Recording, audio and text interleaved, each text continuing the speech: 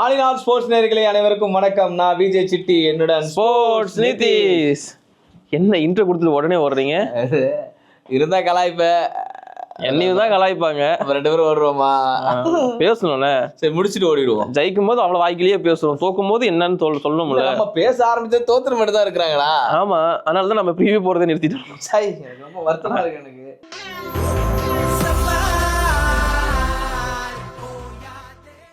இந்த தமிழ் தலைவாஸ் என்னத்த சொல்ல அப்படின்ற மாதிரி தான் இருக்கு. இந்த 11வது சீசன் எப்படியாவது அடிச்சு பிடிச்சி வாங்க, கப்ப கிப்ப அடிங்க. இது வரைக்கும் அடிச்சதே இல்லையே. நம்ம ஒரு இங்க நடமாடும் ஆர்சிபியா இருந்துகிட்டு இருக்கமே, அந்த பேரை மாத்தி எழுதுங்கன்னு கெஞ்சிக்கிட்டு இருக்கேன், கதறிக்கிட்டு இருக்கேன். லீவ் போடலான்னு இருக்கேன். இன்ஜுரி ஏற்பட்டிருக்கு எனக்கு. என்னது இன்ஜுரி? என்னடா இன்ஜுரி?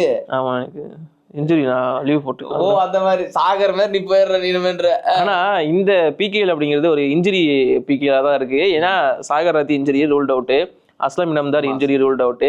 நேத்து தமிழ் தலைவாஸ் மேட்சுக்கு முன்னாடி மேட்ச் ஒன்று நடந்துச்சு, தெலுங்கு டைட்டன்ஸ். பவன் ஷெராவத்துக்கு இன்ஜுரி, அதே முட்டியில. அதை விட சரி, யூ மும்பாட்ட வந்து தமிழ் தலைவாஸ் தோத்தது எனக்கு அதான் ஏத்துக்க முடியல. யூ மும்பா ஒரு ஸ்ட்ராங்கான டீமா இருக்கட்டும் எனக்கு. ஆனா என்ன, ஏன் தமிழ் தலைவாஸ் வந்து இந்த தவறை பண்ணிக்கிட்டே வராங்கன்னு தெரியல. டம்மி டீம்ட்டையும் தோக்குறாங்க, நல்ல டீம்ட்டையும் தோக்குறாங்க, ரைடிங் யூனிட்டு சரியா வர மாட்டேது, டிஃபெண்ட் பண்றவங்களும் சரியா பண்ண மாட்டேன்றாங்கன்னா தமிழ் தலைவாஸ் என்னதான் தெரியல. தமிழ் தலைவாஸ் ஒன்று பிளான் பண்ணாங்கண்ணே, சாகரை பேஸ் பண்ணி சாகரை வச்சு பிளான் பண்ணாங்க. ரைட் சைடு டிஃபென்ஸ் எப்போவுமே தமிழ் தலைவாஸுக்கு ரொம்ப ஸ்ட்ராங்காக இருக்கும். ஸோ அது வந்து ஒர்க் ஆச்சுன்னா மட்டும்தான் தமிழ் தலைவாஸால் ஜெயிக்க முடியும். இந்த டைம் வந்து பார்த்தீங்கன்னா சாகர் இல்லாமல் அந்த ரைட் சைடு டிஃபென்ஸ் அப்படிங்கிறது ரொம்ப ரொம்ப கொலாப்ஸ் ஆகி நிற்குது. முக்கியமாக இப்போ நிறைய லெஃப்ட் ரைடர்ஸ் அகைன்ஸ்ட் மற்ற டீம்ஸ்ல இருந்து வந்து செம்மையாக ஸ்கோர் பண்ணிட்டு போகிறாங்க. ரொம்ப க்ளோஸ் எடுத்து போனாங்களப்பா. ஆமாம், கரெக்டு தான். ஆனால் அந்த க்ளோஸுமே எப்போ வந்துச்சு அப்படின்னா கடைசி 10 நிமிஷத்தில். அதுக்கு முன்னாடிலாம் அடிச்சு துவச்சாங்க யூ மும்பா. முக்கியமாக அஜித் சவான் லெஃப்ட் சைடு வந்து பார்த்தீங்கன்னா பயங்கரமாக அட்டாக் பண்ணிட்டு இருந்தாரு. மஞ்சித் நம்ம வளர்த்துட்ட பையங்கிற மாதிரி நம்ம கிட்ட இருந்து போயிட்டு வந்து இப்போ நல்லா பெர்ஃபார்மன்ஸ் பண்றாரு. இதுக்கு முன்னாடி மஞ்சித் கண்ணுக்குட்டி என்னோட மண்ணுக்குட்டி ஏமார்பில் கேளுங்க, இதுக்கு முன்னாடிலாம் மஞ்சித் பெர்ஃபார்மன்ஸே பண்ணல இந்த சீசன்ல. திடீர்னு தமிழ் தலைவாஸ் எதிராக ஃபார்முக்கு வராரு. இந்த தமிழ் தலைவாஸ் தோத்த 4 போட்டிகள்லையுமே ஒரு விஷயம் காமனா இருக்கு. அதாவது அதற்கு ஆப்போசிட் டீம்ல இருக்கிற ஃபார்ம்லேயே இல்லாத பிளேயர்ஸ், இல்லை அது வரைக்கும் ஃபார்முக்கே வராத பிளேயர்ஸ் ஃபார்முக்கு வர வச்சிருக்காங்க. ஒரு டீமாவே அவங்கள ஃபார்முக்கு வர வச்ச டீம் வந்து தமிழ் தலைவாஸா இருக்காங்க. அதற்கான முக்கியமான ரீசன் எக்கச்சக்கமான மிஸ்டேக்ஸ் வந்து திரும்ப கிரியேட் பண்ணப்படுறது. அண்ட் இந்த டீமோட ஸ்டார்டிங் 7 இன்னுமே ஃபிக்ஸ் ஆகல. இவங்க தான் 7 பேர் ஆட போறாங்கன்னு வந்து சேரானா இன்னுமே முடிவு பண்ணல. அது மிகப்பெரிய தப்பு. ஸோ கண்டிப்பா அந்த அடுத்த 2 போட்டிகளில் இதுதான் ஸ்டார்டிங் 7 ஒரு முடிவுக்கு வரணும். அண்ட் அது இல்லாமல் இவரை தான் நான் சப்ஸ்டிட் பண்ண போறேன் அப்படிங்கிற அந்த முடிவுக்குமே அவர் வந்து ஆகணும். இந்த போட்டி யூ மும்பாக்கு எதிராக எடுத்துக்கிட்டீங்கன்னா யூ மும்பாவோட கேப்டன் வந்து சுனில்குமார். எக்கச்சக்க வீடியோவில் வந்து அவர் பெருசா பாராட்டி பேசியிருக்கல. சுனில்குமாரோட மைண்ட் வந்து தோனி மாதிரி தான் வேலை செய்யும். ஸோ நேற்று வந்து பார்த்தீங்கன்னா சுனில்குமாருக்கு வந்து சச்சினுக்கு எதிராகவோ இல்லை நரேந்திருக்கு எதிராகவோ பெருசா ரெக்கார்ட் கிடையாது. அதனால அவர் என்ன பண்ணாருன்னா, அவர் வந்து தன்னை பின்னாடி தள்ளிட்டு மற்ற 3 டிஃபெண்டர்ஸ் முன்னாடி தள்ளி விட்டாரு. அதாவது அவங்களே பெர்ஃபார்மன்ஸ் பண்ண வச்சாரு. இவர் ட்ரையே பண்ணல. இவர் ட்ரை பண்ணியிருந்தா மேபி தமிழ் தலைவாஸ் வந்து பாயிண்ட் எடுத்துட்டு போயிருப்பாங்க. அதனால ட்ரை பண்ணாம அவங்கள வந்து பாயிண்ட் எடுக்க வச்சிருந்தாரு. அதெல்லாம் வேற லெவல் பிளான். ஸோ அந்த மாதிரி பிளான் போடவே நம்ம கிட்ட ஆள் இல்லைங்கிறது தான் நம்மளோட பெரிய பிரச்சனை. ஸோ இப்போ என்ன பண்ணும் தமிழ் தலைவாஸ்? தமிழ் தலைவாஸ் என்ன பண்ணணும், இதுக்கு மேலே ஒழுங்காக தான் பிளான் பண்ணி தட்டி தூக்கணும். பட் இருந்தாலும் தமிழ் தலைவாஸ் மொயின் சஃபாகி அவர் மட்டும் நல்லா ப்ளே பண்ணியிருந்தாரு. எனக்கு அவருக்கு மட்டும் நான் ஒரு கிரெடிட் கொடுத்தேன். மொயின் சஃபாகியை பொறுத்த வரைக்கும் எனக்கு அடுத்த முகமது ரேசாவை பார்க்குற மாதிரி இருந்துச்சு. கண்டிப்பா ஒரு சரியான ஆல்ரவுண்டர்னா நீங்க என்ன பாருங்க, பிகேல பொறுத்த வரைக்கும் ஒரு பெரிய ரவுண்ட் வர போறாரு. ஆல்ரெடி ஃபசல் வந்து செம்மையா பர்ஃபார்மன்ஸ் பண்ணியிருக்காரு சரி டிஃபெண்டரா. இப்போ முகமது ரேசா ஒரு ஆல்ரவுண்டரா பண்ணியிருந்தாரு. இப்போ அதே மாதிரி வந்து மொயின் இருப்பாருன்னு எனக்கு தோணுது. ஸோ மொயினோட கொஞ்சம் சின்ன பிரச்சனை என்னன்னா கொஞ்சம் ஸ்லோவா இருக்காரு. பிகாஸ் அவரோட வந்து ஃபுல்லா பாடி பில்டா இருக்கிறதுனால கொஞ்சம் ஸ்லோவா தெரியுது, அவ்வளவுதான். மற்றபடி வந்து பாத்தீங்கன்னா ஸ்பீடு மட்டும் இன்க்ரீஸ் பண்ணிக்கிட்டாருன்னா ஒரு செம்மையான ரைடராகவும் இருப்பாரு. அந்த டிஃபெண்டர்ல அந்த ரெஸ்லிங் மூலம் வேற லெவல் அப்படின்னு தான் சொல்லுவேன். இதெல்லாம் நல்லா இருக்கு.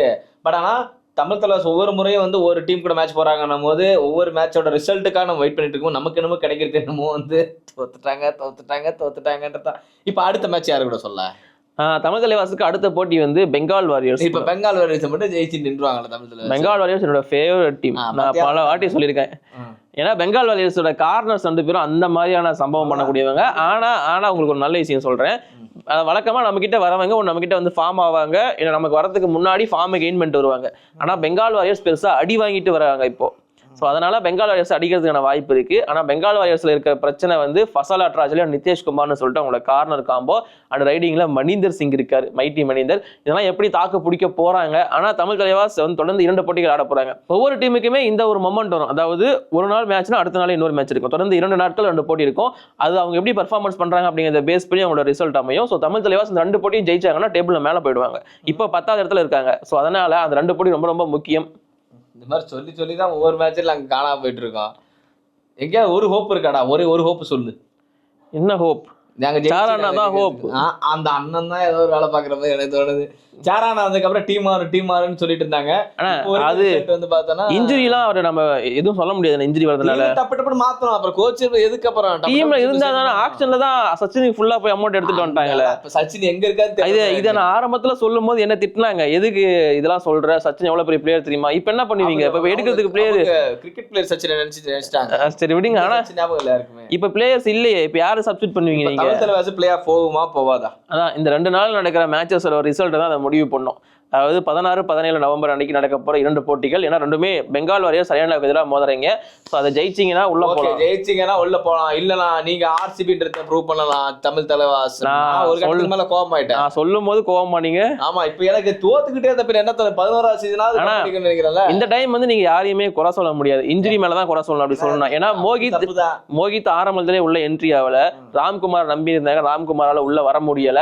அவ்வளவுதான். எனக்கு இனிமே தமிழ் தலைவாஸ் மேல நம்பிக்கை இருக்காலாம் தெரியல. 2 மேட்ச் ஜெயிச்சா பாப்பேன், இல்லனா அவ்வளவுதான் ப்ரோ கபடி லீக் மூத்து போயிட்டு. நாங்க அந்த மாதிரி ஃபேன்லாம் கிடையாது. தமிழ் தலைவாஸ் தோத்தாலாம் உங்களுக்கு சப்போர்ட் பண்ற ஃபேன்ஸ். வீடியோக்கு முன்னாடி எடுத்து பாருங்க.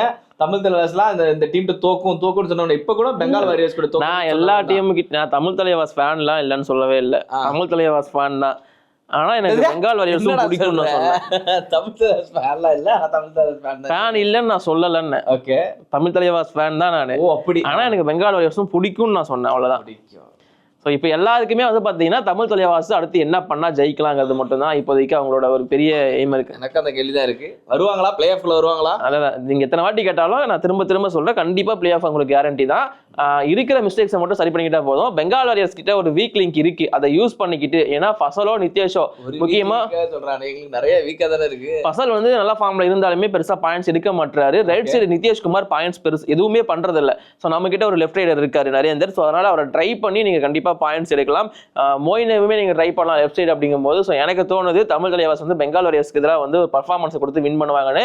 அதுக்கப்புறமா ஹரியானாவை ஜெயிச்சாங்கன்னா இன்னும் பெரிய கான்ஃபிடன்ஸ் வரும். ஏன்னா ஹரியானா வந்து டேபிள் டாப்ல இருக்கிற டீம். ஸோ ஹரியானாவை ஜெயிக்கும் போது மன்பிரீத் சிங் மாதிரியான ஒரு ஸ்ட்ராட்டஜி கொண்டவரை வந்து ஜெயிச்சிட்டாங்க அப்படின்னா சாரானாக்கு ஒரு பெரிய கான்ஃபிடன்ஸை கொடுத்துரும், பிளேயர்ஸும் கான்ஃபிடன்ஸ் கொடுத்துரும். அப்படிங்கும்போது அது ஒரு பெரிய கம்பேக்காக இருக்கும். ஸோ டோன்ட் வரி, அடுத்த 2 போட்டிகளையுமே தமிழ் தலைவாஸ் ஜெயிக்கிறதுக்கான வாய்ப்பு தான் ரொம்ப அதிகமாக இருக்குங்கிறது என்னோட ஒப்பீனியன்.